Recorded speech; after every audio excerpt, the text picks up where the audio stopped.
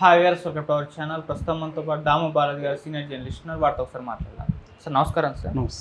Sir అఘోరికి bail రాదు, 14 రోజుల పాటు రిమాండ్లోనే ఉండాలని చెప్పేసి అఘోరి అడ్వకేటే మొన్న మీడియాతో మాట్లాడడం మనం చూసాం సార్. కాకపోతే ఈ రోజు వచ్చిన ఒక ట్విస్ట్ ఏంటంటే సార్, అఘోరికి బెయిల్ రాబోతుంది, వాళ్ళ ఒక మినిస్టర్ వైఫ్ అఘోరికి హెల్ప్ చేస్తుందని చెప్పేసి వార్తలు అయితే వైరల్ అవుతున్నాయి సార్. మరి నిజంగా మినిస్టర్ వైఫ్ హెల్ప్ చేస్తుందా? ఎవరా మినిస్టర్ వైఫ్, ఎందుకు హెల్ప్ చేస్తుంది? మరి బెయిల్ ఏమన్నా వాళ్ళ వచ్చే అవకాశాలు ఉన్నాయా సార్?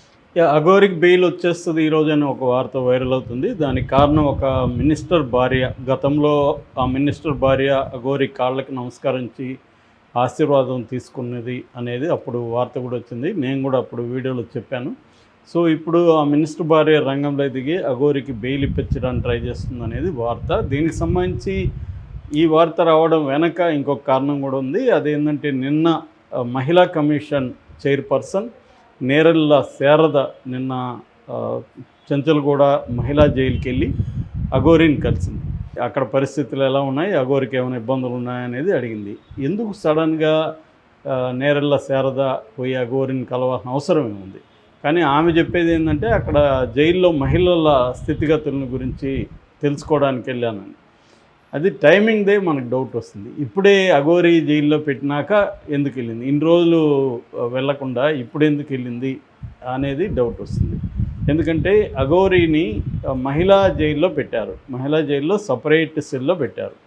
ఎందుకంటే అఘోరి మగాడ అన్న డౌటు ఎక్స్ప్రెస్ చేశారు కంది జైలు, సంగారెడ్డిలో ఉండే కంది జైలు అధికారులు. మేము ఎక్కడ పెట్టాలో తెలియదు, మాది సబ్ జైలు, చిన్న జైలు మాది, సపరేట్ బ్యారక్స్ లేవు మాకు, మేము మగవాళ్ళని ఒక రకంగా స్త్రీలను ఒక దగ్గర పెడతాము, ఇప్పుడు ఈమెని ఎవరి దగ్గర పెట్టాలి, సపరేట్ సెల్స్ అంత పెద్ద జైలు కాదు కదా అని వాళ్ళు రిజెక్ట్ చేశారు. దాంతో మళ్ళీ కోర్టుకు పెట్టారు. కోర్టు లింగ పరీక్ష చేయమని చెప్పింది. సో మళ్ళీ డాక్టర్ దగ్గరికి తీసుకెళ్ళి పరీక్ష చేస్తే అఘోరి శ్రీనివాస్ అనే అబ్బాయి 2 సార్లు లింగ మార్పిడి పరీక్ష, సెక్సువల్ ట్రాన్స్మిషన్ సర్జరీ 2 సార్లు చేసుకున్నాడు. ఒకటి చెన్నైలో, ఒకటి ఇండోర్లో అనేది తెలిసింది. దాని తర్వాత వాళ్ళు డిక్లేర్ చేసింది ఏంటంటే ట్రాన్స్జెండర్ ఫిమేల్ అనేది వాళ్ళు డిక్లేర్ చేశారు. మామూలుగా ట్రాన్స్ ఉమెన్ అని పిలుస్తారు వాళ్ళని. అంటే మగ బాడీ ఉండి ఫిమేల్ మైండ్ ఉన్నవాళ్ళు ఆ బాడీని ఫిమేల్గా మార్చుకుంటారు, వాళ్ళని ట్రాన్స్ ఉమెన్ అంటారు. వాళ్ళని స్త్రీలుగానే సంబోధిస్తారు, వాళ్ళు కూడా అలాగే సంబోధించాలని కోరుకుంటారు.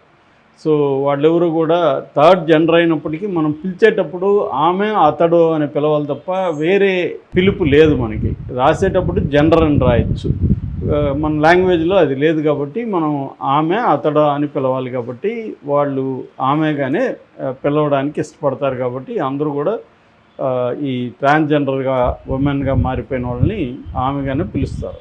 సో అలాగా అఘోరిని కూడా మాత అని, అఘోరి లేడీ అఘోరి అనే పిలుస్తున్నారు. నిజానికి ట్రాన్స్జెండర్ అఘోరి అనాలి, అది ఎవరు వాడట్లేదు, లేడీ అఘోరి అనే అనేస్తున్నారు. ఇది సింపుల్గా ఉంది కాబట్టి. నిజానికి కరెక్ట్ పదం అయితే ట్రాన్స్జెండర్ అఘోరి.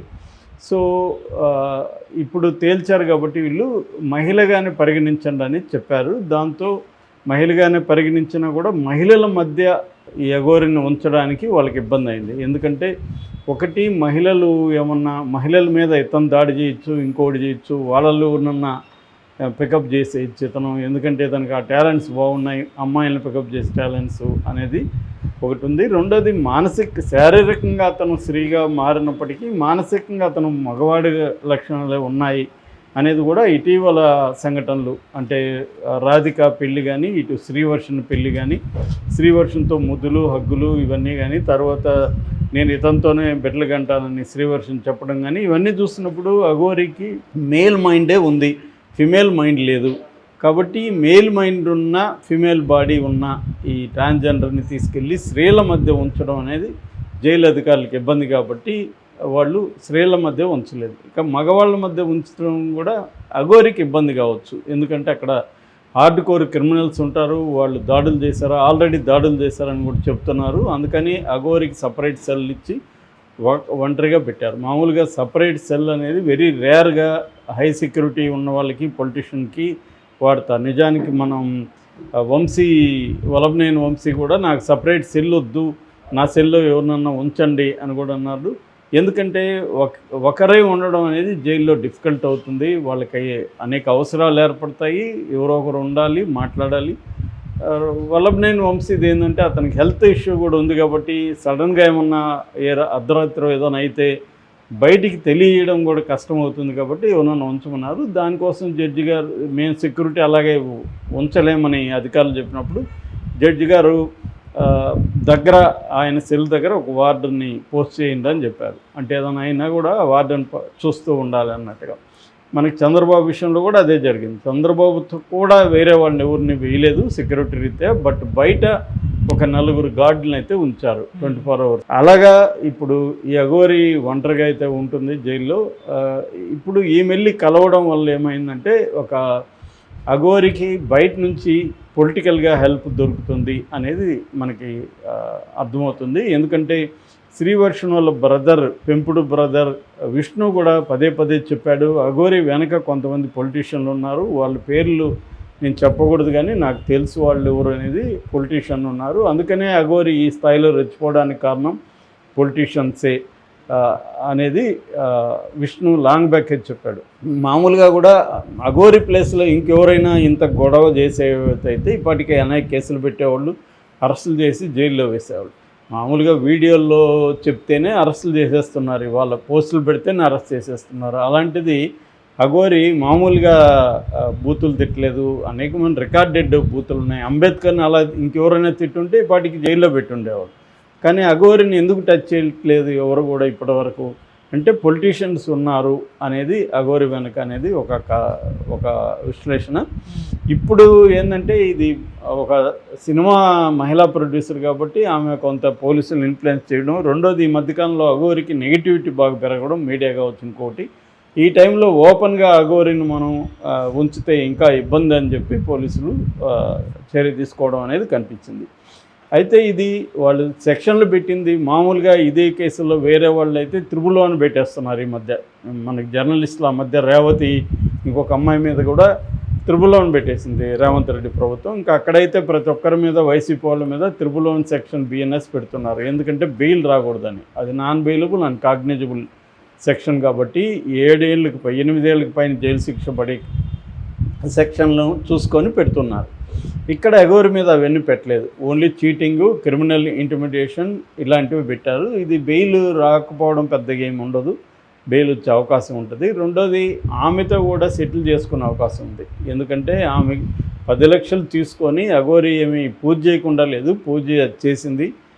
ఉజ్జయిన్లో తీసుకెళ్ళి వీళ్ళకి పూజ అయితే చేసింది, మళ్ళీ డబ్బులు అడిగింది అనేది ఆ అఘోరి మీద ఆరోపణ, అంతకంటే ఏమి లేదు. కాబట్టి అఘోరి చీట్ చేసిందంటే ఏమి లేదు, అంటే డబ్బు తీసుకొని పూజ చేయకపోతే అది చీట్ చేసినట్టుగా. డబ్బు తీసుకున్నది పూజ చేసింది, కాకపోతే మళ్ళీ డబ్బులు అడుగుతుంది. దాన్ని లేకపోతే నేను చెడ్డ చేస్తాను పూజలు చేసి అన్ని బెదిరిస్తుంది అన్న కోణంలోనే కేసు ఉంది. కాబట్టి ఆ ఫిమేల్ ప్రొడ్యూసర్తో కూడా కొంత రాజీ ధోరణిలోకి వెళ్ళగలిగితే అఘోరి తరఫున కేసు నిలబడదు అనేది ఉంది. మిగతా కేసులు పెద్ద విషయం కాదు, ఎందుకంటే ఈ అమ్మాయి ప్రూఫ్ ఏమి లేదు రాధిక దగ్గర, ఓన్లీ ఆడియో ఉంది. ఆడియోలో నా ముద్దుల పిల్లమా ఇలాంటి మాటలు ఉన్నాయి తప్ప పెళ్లి చేసుకున్నట్టు ప్రూఫ్ ఏం లేదు. రెండోది అసలు అఘోరి పెళ్ళినే రికగ్నైజ్ చేయదు చట్టం, ఎందుకంటే ట్రాన్స్జెండరు ఒక ఉమెన్ని పెళ్లి చేసుకుంటే అలాంటి పెళ్ళి మన స్పెషల్ మ్యారేజెస్ యాక్ట్ కానీ హిందూ మ్యారేజెస్ యాక్ట్ కింద కానీ అది చెల్లుబాటు కాదు. కాబట్టి అఘోరికి ఆ యాంగిల్లో శిక్ష పడే ఇది లేదు. మూడవ కేసు ఏంటి, ట్రాన్స్జెండర్ కేసు. ట్రాన్స్జెండర్ జనరల్గా పెట్టింది, అది అట్లాంటివి అందరి మీద అందరూ పెడుతుంటారు కాబట్టి అది కూడా పెద్ద నిలబడే కేసు కాదు. కాబట్టి ఈ చీటింగ్ కేసు ప్రధానంగా అఘోరి మీద, చీటింగ్ కేసులో బెయిల్ అనేది పెద్ద విషయం కాదు. రెండోది ఫిమేల్ ప్రొడ్యూసర్ ఎవరైతే ఉన్నారో వాళ్ళతో కూడా రాజీ పోతే అఘోరికి బెయిల్ ఈజీగా వచ్చేస్తుంది, కేసు కూడా పెద్దగా నిలబడే అవకాశం లేదు. కాకపోతే ఆ లాయర్ అక్కడ ఆ కాంటెక్స్లో ఆయన ఇంకా పేపర్లు కూడా నేను చూడలేదన్నాడు, ఏదో మీడియా అడిగితే చెప్పాడు తప్ప అతను ఏదో నాలెడ్జబుల్గా చెప్పినట్టుగా నాకైతే అనిపించలేదు, ఈ కేసును తరువుగా చూసి చెప్పినట్టుగా అనిపించలేదు. అప్పటికి అతనికి డీటెయిల్ ఏమి తెలియదు, జనరల్గా అన్నాడు అతను బెయిల్ రాదని. బెయిల్ ఖచ్చితంగా వచ్చే అవకాశం ఉంది, అట్ ద సేమ్ టైం శిక్ష పడే అవకాశం కూడా దీంట్లో తక్కువే ఉంది. Okay sir, thank you so much.